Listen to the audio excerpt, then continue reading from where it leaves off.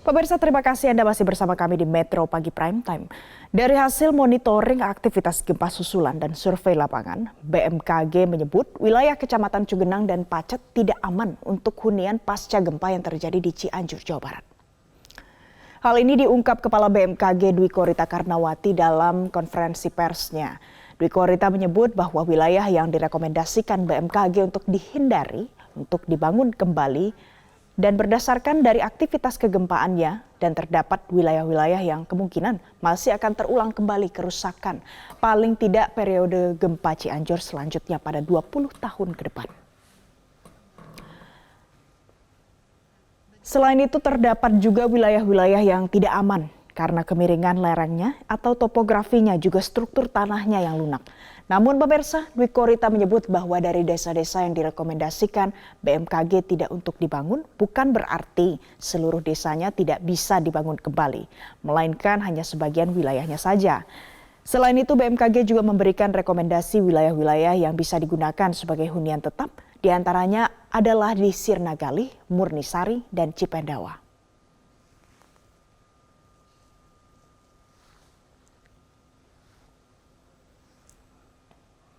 Wilayah yang direkomendasikan untuk dihindari dibangun kembali, jadi dihindari dibangun kembali berdasarkan pertimbangan aktivitas kegempaannya, itu terutama adalah wilayah yang jadi sebetulnya wilayah yang ini dibatasi dengan batas merah ini dimohon untuk dihindari. Namun dari batas itu kita bisa melihat ada subbatas yang di sini, ya, yang di sini.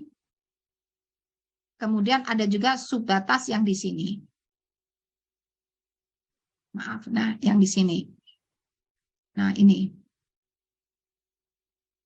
Nah, yang biru ini direkomendasikan untuk benar-benar dihindari. Ya, yang biru tersebut. Pemirsa, gempa Cianjur selain menyebabkan jumlah korban jiwa yang begitu banyak, juga sudah menyebabkan setidaknya 56.000 lebih rumah rusak. Rumah tahan gempa bisa menjadi salah satu solusi bagi para warga yang tinggal di daerah rawan gempa, seperti salah satunya di Cianjur. Berikut saya akan paparkan beberapa hal mengenai konstruksi bangunan tahan gempa yang perlu kita ketahui. Apalagi pemirsa, kalau kita lihat dalam jeda 14 hari saja. Yang pertama kita rasakan ada gempa Cianjur. Efeknya begitu luas, tidak hanya di Cianjur saja tapi juga include beberapa daerah yang ada di sekitar Cianjur. Selang 14 hari muncul lagi gempa yang berpotensi juga menimbulkan banyak kerusakan, bahkan itu terjadi di Garut. Nah, ini adalah konstruksi rumah tahan gempa.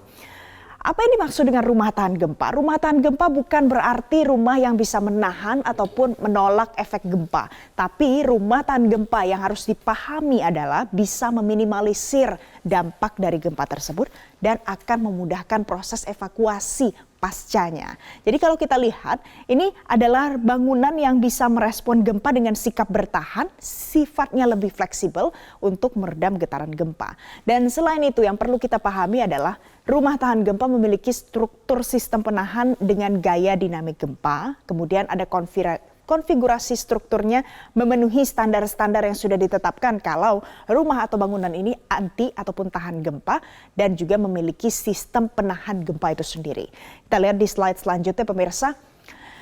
Prinsip bangunan tahan gempa. Jadi ada beberapa hal yang membedakan bangunan tahan gempa ini dengan bangunan biasa yang kita temukan. Ternyata pada saat gempa terjadi ini dampaknya luar biasa dan menimbulkan korban jiwa akibat reruntuhan rumah itu sendiri. Yang pertama, denah dan struktur bangunan yang sederhana dan juga simetris. Jadi hampir semua rumah tahan gempa atau bangunan tahan gempa di berbagai negara yang sudah muncul sejak tahun-tahun sebelumnya, ini bentuknya akan sangat sederhana dan juga simetris. Kemudian prinsip kedua adalah tinggi bangunan tidak melebihi 4 kali lebar bangunan tersebut. Jadi tidak ada gedung yang begitu tinggi yang kemudian bisa dinyatakan sebagai ini merupakan bangunan tahan gempa. Yang ketiga, bobot atau volume bangunan yang kategorinya adalah ringan, ada hitung-hitungan spesifiknya, dan yang terakhir adalah dibangun secara monolit atau semuanya ada di dalam satu kesatuan dan tidak terpisah-pisah di dalam material bangunan tersebut. Selanjutnya kita lihat lagi di slide berikutnya, ada ketentuan pondasi untuk bangunan tahan gempa.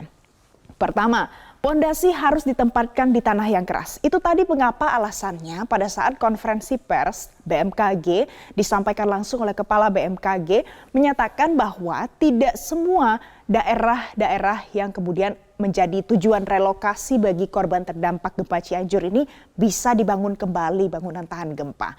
Karena tanahnya harus keras, pondasinya harus sesuai dengan ketentuan pondasi bangunan tahan gempa. Yang kedua, pondasi harus mempunyai penampang melintang yang simetris. Pondasi tidak boleh ditempatkan sebagian di tanah yang keras dan sebagian di tanah yang lunak. Itu tadi juga yang menjadi alasan mengapa BMKG menyampaikan hal tersebut. Pondasi juga harus mengikuti panjang denah bangunan atau pondasi menerus. Dan yang terakhir, pondasi menerus harus dibuat pada kedalaman yang sama. Jadi ini adalah ketentuan pondasi bangunan tahan gempa pada saat Anda akan memutuskan untuk membangun bangunan tahan gempa atau sebelum melakukan relokasi bagi korban terdampak gempa yang baru saja terjadi akhir-akhir ini. Selanjutnya pemirsa, kita lihat lagi. Ada beberapa model rumah tahan gempa yang sebenarnya sudah diterapkan di beberapa negara sebelum di Indonesia. Dan untuk di Indonesia sendiri, kita juga punya rumah tahan gempa buatan dalam negeri. Yang pertama, kita lihat. Ini adalah rumah komposit. Ini merupakan inovasi dari BRIN dengan harga yang relatif terjangkau pemirsa. Dengan tipe 36 artinya rumah akan dibangun dengan luas 6x6 atau bisa jadi 9x4. Nah ini harganya hanya ada di kisaran sekitar 56 juta rupiah. Jadi kita bisa kategorikan ini relatif terjangkau untuk rumah tipe 36. Bahannya apa? Bahannya adalah panel komposit atau yang biasa kita kenal dengan FRP.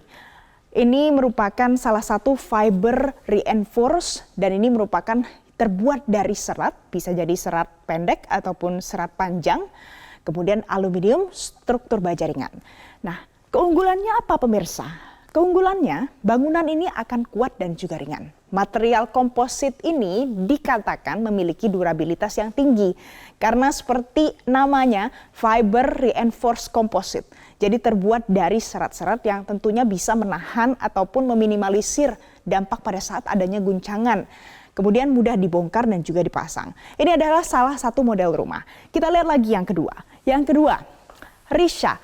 Nah, Risha ini merupakan rumah instan sederhana sehat. Ini adalah salah satu produk yang kemudian akan dibangun nantinya untuk relokasi rumah korban terdampak gempa di Cianjur. Kita lihat, ini merupakan inovasi dari Kementerian PUPR. Kisaran harganya juga relatif terjangkau, lebih mahal sedikit dari model sebelumnya. Kisaran harganya di 70 juta rupiah dengan tipe yang sama, tipe 36. Nah, bahannya adalah batu bata, gipsum, partisi kayu, dan kalsiboard. Kalau kita lihat mengapa tidak ada semen di dalamnya. Jadi sebenarnya kalau kita bedah lagi, kalsiboard ini merupakan bahan bangunan yang berbentuk seperti papan kuat. Dan dari namanya saja kalsiboard ini merupakan material yang ternyata di dalamnya juga ada semen, kemudian juga ada beberapa campuran pasir, silika, dan juga ada serat selulosa yang harus dibuat ataupun dibentuk sesuai dengan kategori yang sudah disiapkan oleh Kementerian PUPR. Nah, apa keunggulannya pemirsa? Ternyata Risha ini pertama ramah lingkungan. Yang kedua, bisa dibangun di berbagai jenis lahan. Yang ketiga, mudah dibongkar, pembangunannya juga cepat. Dan terakhir adalah bisa dibongkar pasang. Sama seperti jenis rumah sebelumnya, bisa dibongkar pasang. Yang selanjutnya, yang ketiga, kita akan lihat model rumah tahan gempa lain adalah Rika. Rika adalah rumah instan kayu. Inovasi Kementerian PUPR juga dengan bahan dasar kayu. Jadi ini adalah rumah yang hampir seluruhnya terbuat dari kayu. Apa keunggulannya pemirsa? Keunggulannya 3 kali lebih kuat dari kayu asli. Nah, jadi apa yang membuat 3 kali lebih kuat dari kayu asli ini? Ini adalah laminated veneer lumber atau yang biasa kita kenal dengan LVL. LVL ini merupakan jenis kayu yang sudah melewati proses fabrikasi. Jadi ada lembar-lembar veneer kayu yang kemudian dijadikan satu dan menjadi bahan utama untuk pembuatan rumah ini. Harganya relatif lebih murah, kemudian bisa dipindahkan juga dan juga pembuatannya lebih cepat, ringan, serta ramah lingkungan. Tentu ramah lingkungan karena terbuat dari kayu. Pemirsa, ini tadi adalah beberapa jenis rumah tahan gempa yang ternyata sudah ada di Indonesia. Jadi pada saat Anda ingin membuat ataupun membangun rumah tahan gempa, perhatikan beberapa prinsip dan juga pondasi yang harus ada di dalam rumah tahan gempa tersebut. Jadi jika seandainya kita ingin membangun rumahnya tahan gempa, perhatikan prinsip-prinsip dasar tersebut.